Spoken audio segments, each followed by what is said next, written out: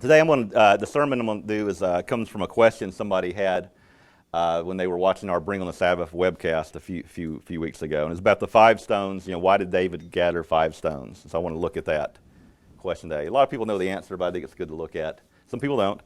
But I looked into it. And I said, well, we'll see why he got 5 stones. You could turn to 1 Samuel 17, and we'll look at the situation that's involved here. In 1 Samuel 17, verse 1, it says, "Now the Philistines gathered their armies together to battle, and were gathered at Soka, which belongs to Judah. They encamped between Soka and Azekah in Ephes Dammon, and Saul and the men of Israel were gathered together, and they encamped in the valley of Elah, and drew up in battle array against the Philistines. The Philistines stood on the mountain on one side, and Israel stood on the mountain on the other side, in a valley between them.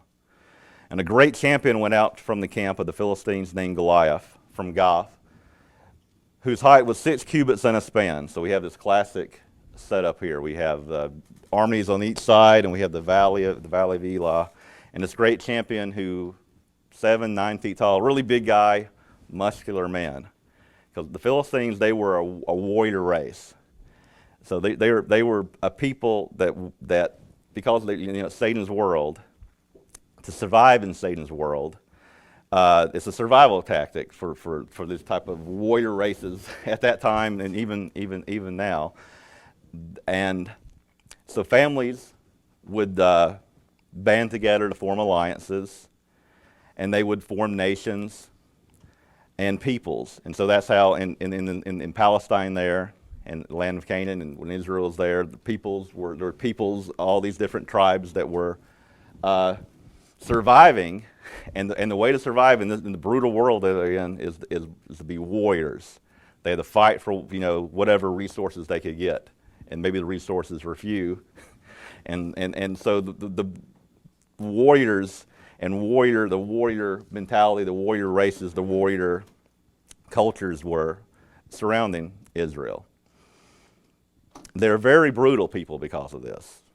And we see this in ancient Americas. If you look at, I see parallels with like the Aztecs in the Americas and how they were very brutal and did a lot of the same things, even, different parts of the world, killing children, human sacrifices, all these things inspired by Satan's world, the survival they were doing. Even we can see it in Asia, in some of the Asian nations. We can see it in China, this mentality, this warrior mentality. And they did these terrible things. So the cultures in Palestine were so corrupt, and it was corrupt that, and as God was leading Israel, that they had to wipe these peoples out for their survival. And having champions fight, I guess, again, having a champions fight where you have in the valley of Elah, and you have the Philistines on one side, Israel on the other, and they want to come in, and there's the giant. He says, "Bring me your champion." That's a pretty efficient way to fight, because if they fall all the time and they keep killing each other, there will be less and less. It's not really efficient. So it's efficient. Bring out your champion. We'll bring out our champion, and whoever wins, then we'll submit to him. And that was probably the ways, and we know from history, that's the way a lot of disputes were settled without having broad warfare. So it's better to lose one than to lose thousands.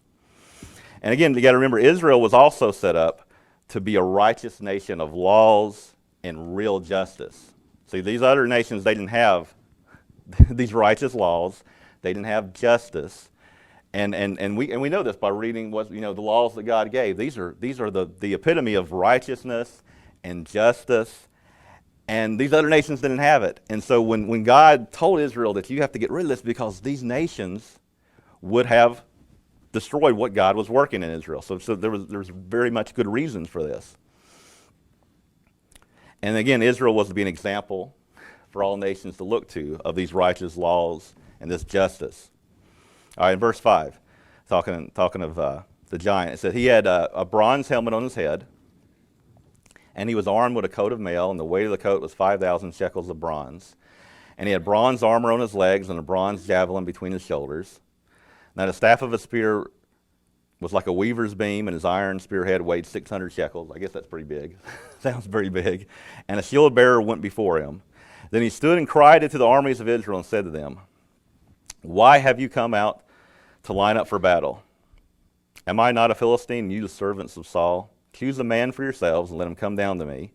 If he is able to fight with me and kill me, then we will be your servants. But if I prevail against him and kill him, then you shall be our servants and serve us. Again, this is the basics of champion warfare. And so the Philistine said, Goliath said, I defy the armies of Israel this day. Give me a man that we may fight together. And here's the problem in verse 11. When Saul and all Israel heard these words of the Philistine, they were dismayed and greatly afraid. Greatly afraid. So it's not good for a leader of any organization or whatever to be afraid, especially a king of a nation, especially a king, right? Because Saul was chosen as king of Israel after, right, we had Samuel's children were kind of crooked, so they said, we want a king. God says, if we give you a king, then these are all the things going to happen. He lays out all the things, it will be to be under a king. And it wasn't really good because they were giving away their liberty when they got a king. And so they got a king. But Saul was disobedient to God.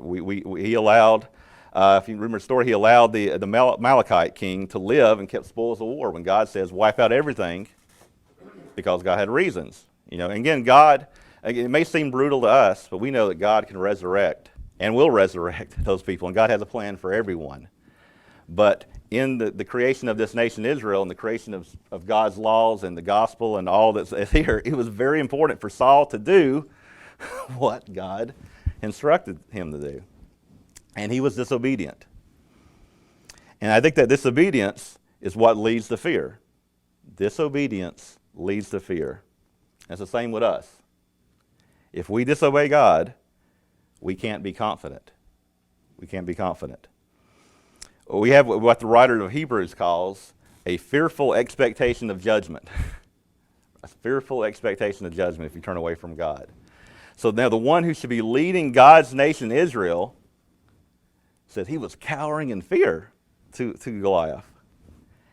And if a nation's leader is fearful, guess what? The nation follows. If the leader's fearful, it's like, well, what are we going to do? Our king's not even standing up to this. And so in the brutal world of Palestine and in that area, that fear that he had that's certainly going to lead to their destruction. Right? God's plan for Israel is not, God's plan for Israel, and from Israel would come a Messiah, would come salvation for the world. God's plan would not continue if the leader of that nation was fear, because that's going to lead to destruction. Verse 12. Now David was the son of that Ephraite of Bethlehem, Judah, whose name was Jesse, and who had 8 sons. And the man was old, advanced in years in the days of Saul. And the 3 oldest sons of Jesse had gone to follow Saul to the battle. And he gives the names of his sons. Verse 14, David was the youngest, and the 3 oldest followed Saul.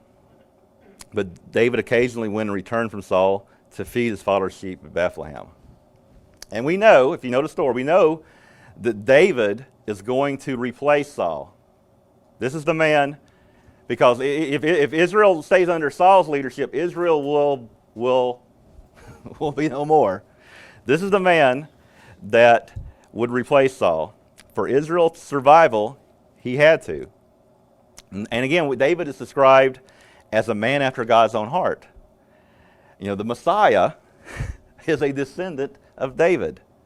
And again, he made some mistakes. We can read about his mistakes, and he made some really big mistakes. But in the end, he was always faithful to God. And I think we need to follow the example of David, because we're ain't nobody here perfect. We got to follow the example of David. We, in the Church of God, and if we're not this, we ought to be. We have to be. We have to be a people after God's own heart, like David, a people after God's own heart. We have to have the characteristics of David, not the characteristics of a Saul. We have to have confidence and not fear. Verse 16, and the Philistine drew near and presented himself 40 days, morning and evening. Then Jesse said to his son David, take now for your brothers an ephah of this dried grain, and these 10 loaves, and run to your brothers at the camp, and carry these 10 sheaves to the captain of the thousands, and see how your brothers fare, and bring back news of them. Now Saul and they and all the men of Israel were in the valley of Elah fighting with the Philistines. Again, so he's just, he's not fighting with them. I think in Israel they had to be over 20 to fight, and so he's obviously under 20 in his teens. The best he can do is go take him some food at this battle. So he was young, and this is very different than warriors as we'll see in these other nations. Because again, they didn't let the children fight. Other nations, they're raised from the time of their birth to fight. Very different. Verse 20. So David rose early in the morning, left the sheep with a keeper, and took the things and went as Jesse had commanded him. And he came to the camp as the army was going out to fight and shouting for the battle. For Israel and the Philistines had drawn up in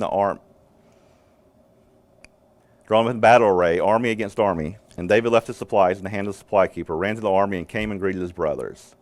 Then he talked with them, and there was the champion, the Philistine of Gath, Goliath by name, coming up from the armies of the Philistines, and he spoke according to the same words. And so David heard them. And all the men of Israel, when they saw the man, fled for him and were dreadfully afraid. So here, again, the king is afraid, the warriors are afraid. We don't want nothing to do with this giant. And so the men of Israel said, have you seen this man who has come up? Surely he has come up to defy Israel.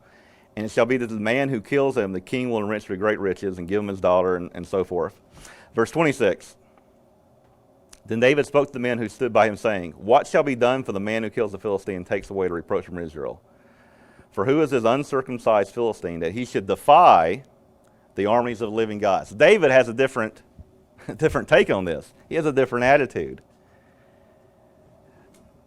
Everybody else is in fear. David's like, what is this man?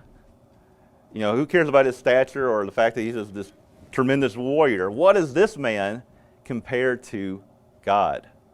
So they forgot. I guess they forgot and weren't aware they were a nation that God had established. And before Saul, God was their king, and now they were losing that.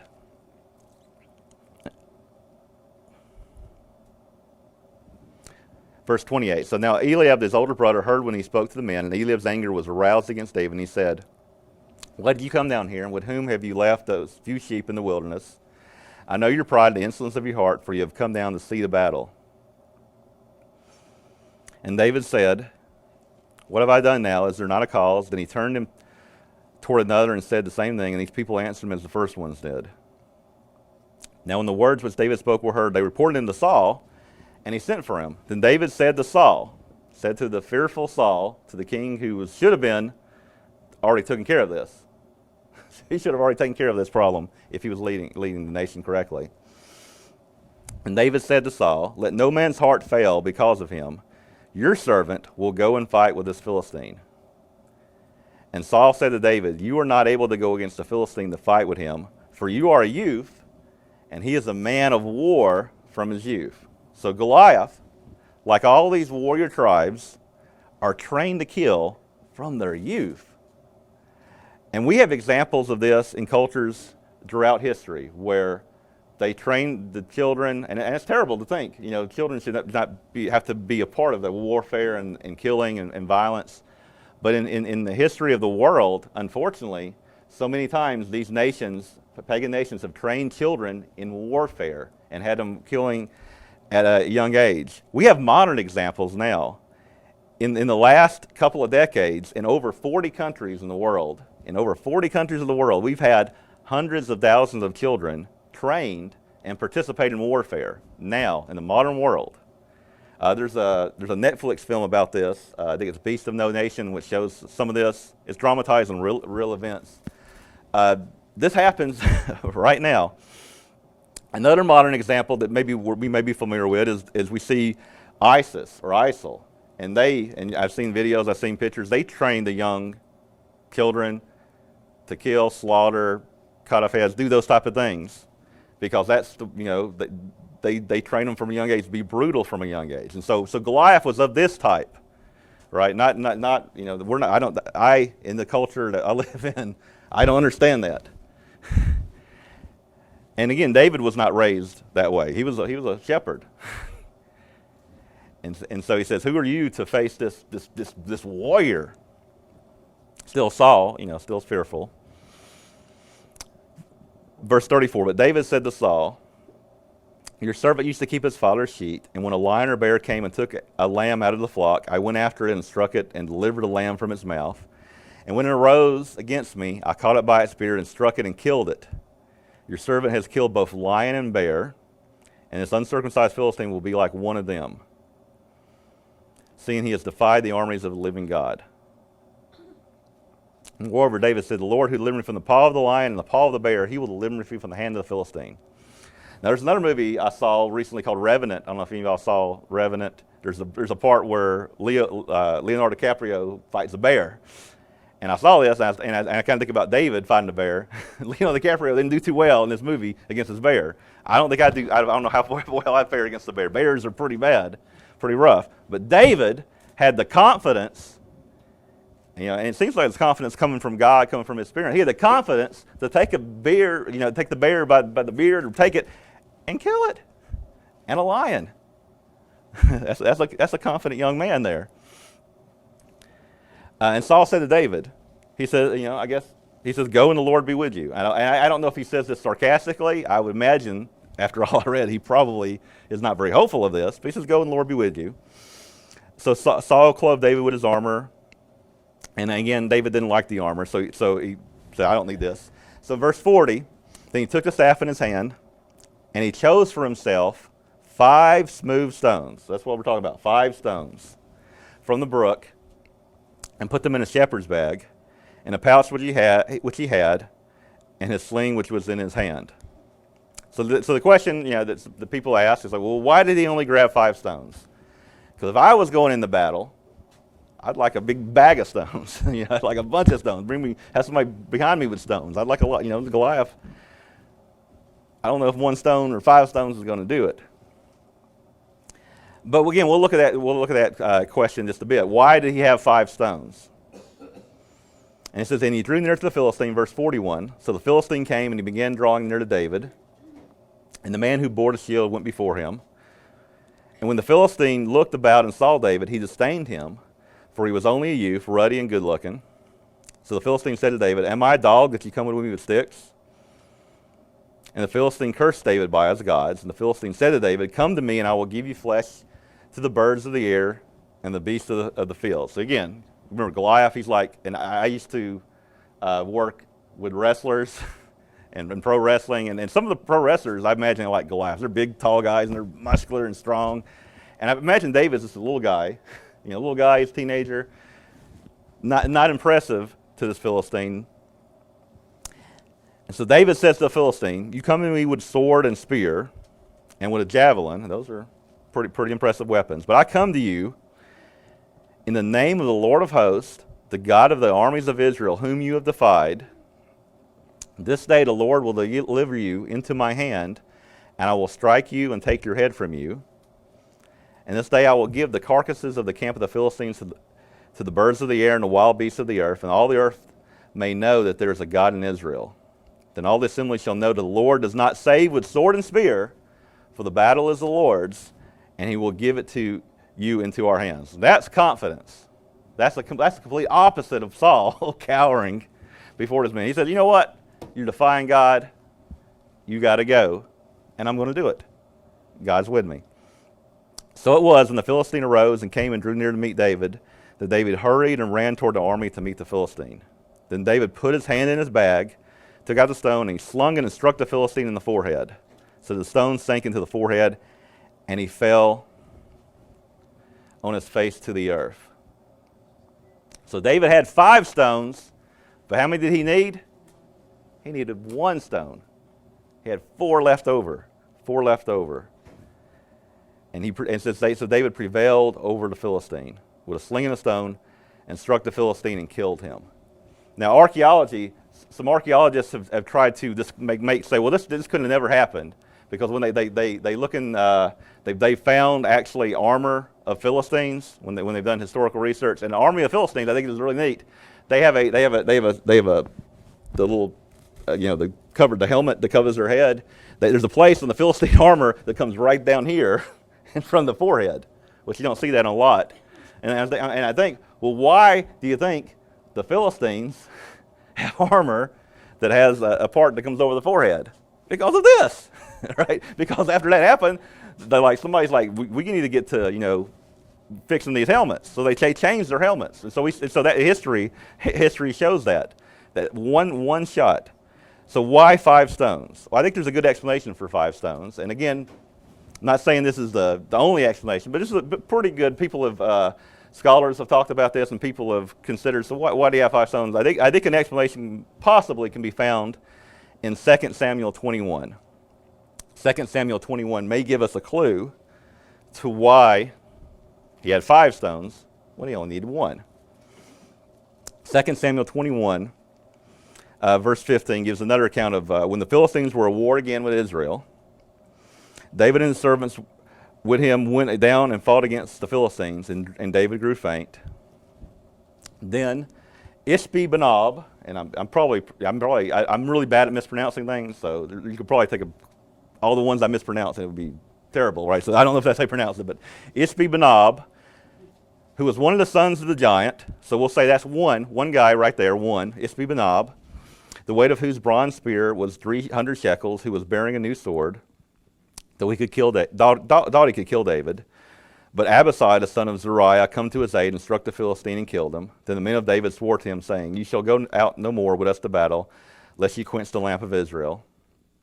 Now it happened afterward that there was again a battle with the Philistines at Gob. Then Sibbecai the Hushathite killed Saph, so that's number two, giant, who was one of the sons of the giant. And again there was a war at Gob with the Philistines, where Elphanan, the son of Jer-oregim, the Bethlehemite, killed the brother of Goliath, the Gittite. So that's number 3. We have there 3. The shaft of whose spear was like a weaver's beam, very similar to Goliath.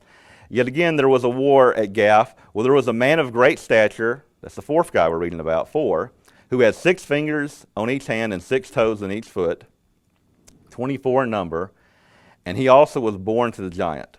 So when he defied Israel, Jonathan, the son of Shimeah, David's brother, killed him. So David didn't have to kill these people. But these 4 were born to the giant in Gath and fell by the hand of David and by the hands of his servants. So a lot of people say, well, the reason why he had 5 stones is because Goliath had 4 brothers.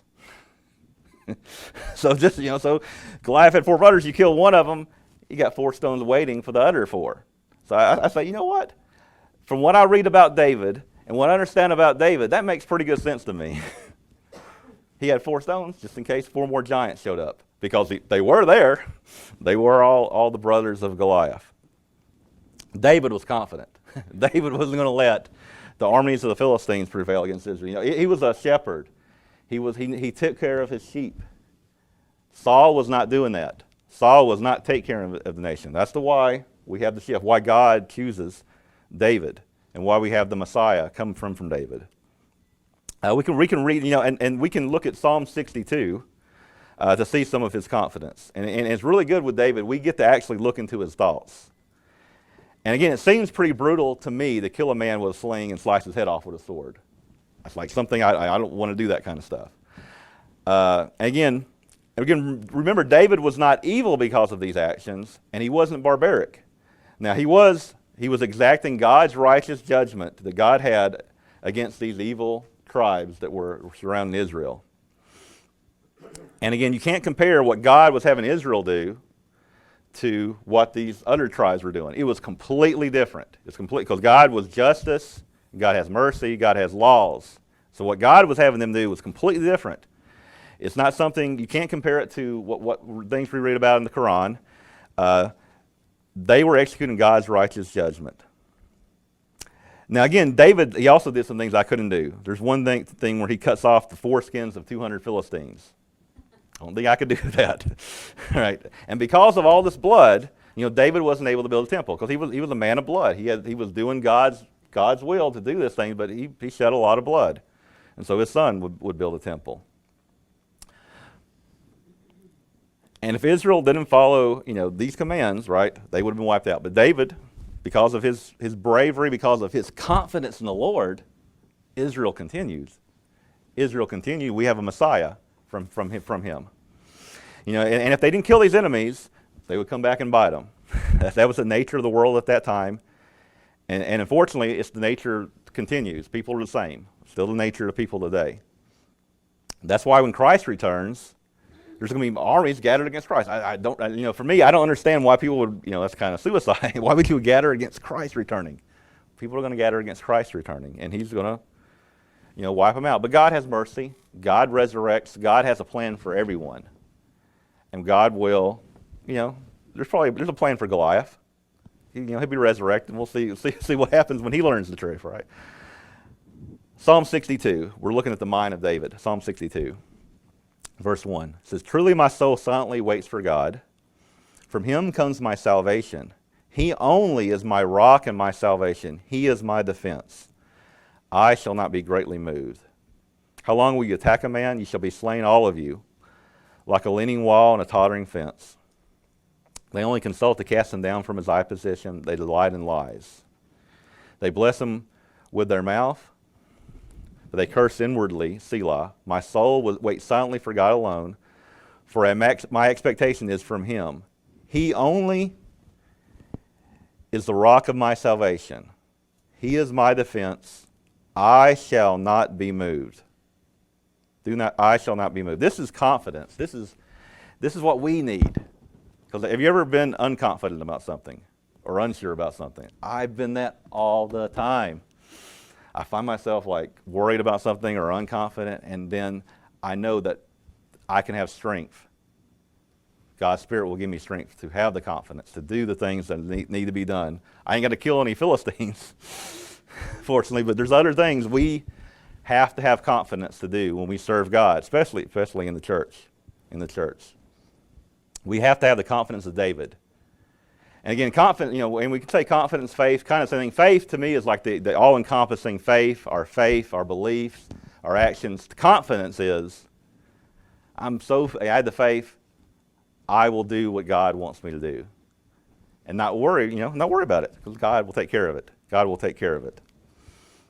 Hebrews 4 gives me confidence. In Hebrews 4, we'll just look at a couple of verses. Hebrews 4 and verse 14.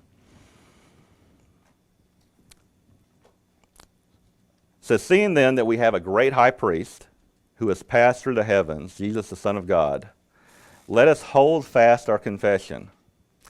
For we do not have a high priest who cannot sympathize with our weaknesses, but was in all points tempted as we are, yet without sin." And here's the thing about being confident, verse 16. This is something that I remind myself a lot. It says, "Let us therefore come boldly to the throne of grace, that we may obtain mercy and find grace to help in time of need." He says we can come boldly before God. And who here doesn't sin? We all sin.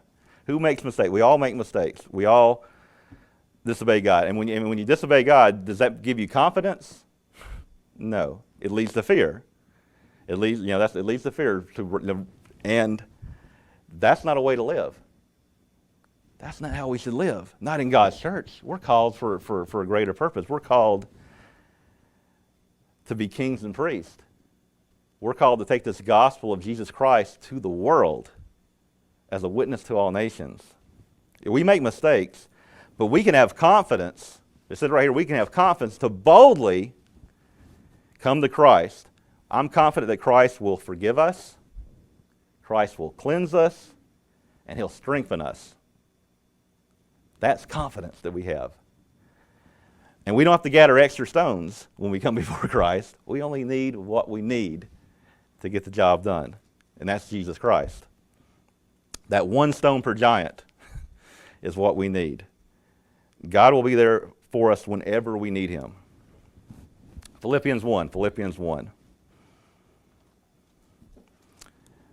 verse 3 says, I thank my God upon every remembrance of you, always in every prayer of mine, making requests for you in all with joy, for your fellowship in the gospel from this very first day now, being confident of this very thing. We got to be confident. He says, be confident of this very thing, that he who has begun a good work in you, has God begun a good work in us? He began a good work in me years ago. He's begun a good work in us. Be confident in this, that he who has begun a good work in you will complete it until the day of Jesus Christ. And the reason I bring this up is that I've seen too many people leave the church of God. I've seen too many people leave the church of God. Because of the distractions we have in the world. Many people have left because they wanted to choose an alternative lifestyle. And many I've seen completely turn away from God. I've read, and how I know this, I've read it. There's people, they write it, they write blogs about it. They write the blogs about how they left the church, and they hate the church of God. They've gone from confidence to fear and hate and these things. Here's one that I wrote down that somebody wrote. It says, I grew up in the church of God from the time I was 5. Over the years I spent attending the church, first as a child and later as a baptized member. I made many friends, traveled to many different places for the Feast of Tabernacles, tithed on my income, and in general did the things that the church taught us to do. He says, when I became an atheist in 1995, I left it behind. Became an atheist. And I've known people recently who've completely left. And this is unfortunate. Losing confidence. Because I guess, Saul didn't start out without confidence. He started out doing what God asked him to do. But it starts with disobedience, and the disobedience leads to fear. But we have to be confident that Jesus Christ who's begun a good work in us, will complete it. He will complete it in us. 2 Corinthians 3. What else can we be confident about? 2 Corinthians chapter 3, verse 1. Do we begin again to commend ourselves, or do we need, as some others, epistles of commendation to you, or letters of commendation from you? So you, the Corinthians, are an epistle written in our hearts, known and read by all men. I like this idea that they're an epistle, and that we are. We have the epistles, we have the writings, we have what Paul wrote, and we read and we can learn from that. But he says you are a letter. You are something that can be read by others. So you are an epistle of Christ. That's something to be confident about. You're an epistle of Christ. Just like, all these wonderful books of the Bible, you are an epistle. Ministered by us, written not by ink. And before that, skip where he says, known and read by all men. People can read us. He says, clearly you're an epistle of Christ, ministered by us, written not with ink, but by the Spirit of the living God. Not on tablets of stone, but on tablets of flesh, that is the heart. Right? Because if you know the Ark of the Covenant had the 10 Commandments in it. Ark of the Covenant had 10 Commandments in it. There was a pot of manna that was in the Ark of the Covenant. And there was Aaron's rod that budded and it bore fruit. So he's given the example of that, and then us. But we are living epistles, having the commandments written in our heart, because we have the bread of life, Jesus Christ, in us. We have the commandments written on our heart, and we have to bear fruit. We have to have confidence to bear fruit. That's what David did, taking out the giant. That's fruit. That's believing in God. And verse 4, and we have such trust through Christ towards God. We have the confidence, not that we are sufficient of ourselves to think of anything as being from ourselves. No, our sufficiency, like David's, if we want to be after God's own heart, be a person like David, be a leader, be a confident person, our sufficiency comes from God. Verse 9.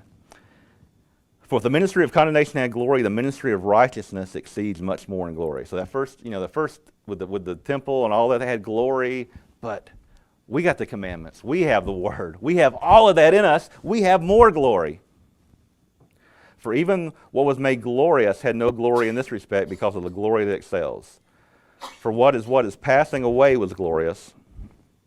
What remains is much more glorious. Therefore, since we have such hope, we use great boldness of speech. Great boldness of speech. We have to be, I'm talking about myself, we got to be confident in the Lord. Confidence that comes from the Spirit. Confidence, because a lot of times we'll look at the church of God and we'll say, we don't know what God's doing, we don't understand, things aren't like they were, I've heard all this stuff. The people want to try to say, I don't care. I don't care because I'm confident in God. I'm not going to worry about things or how things are in the world, right? There's all kinds of terrible things that happen in the world, all the things that are going on, and you're like, oh, what is this? It could cause fear. I don't care because Christ is in me. I have confidence in Christ that whatever happens anywhere, I got enough stones. I got this one stone per giant. The boldness that he gave David is the boldness he can give to us. So let's gather only the stones we need and let God help us slay our giants.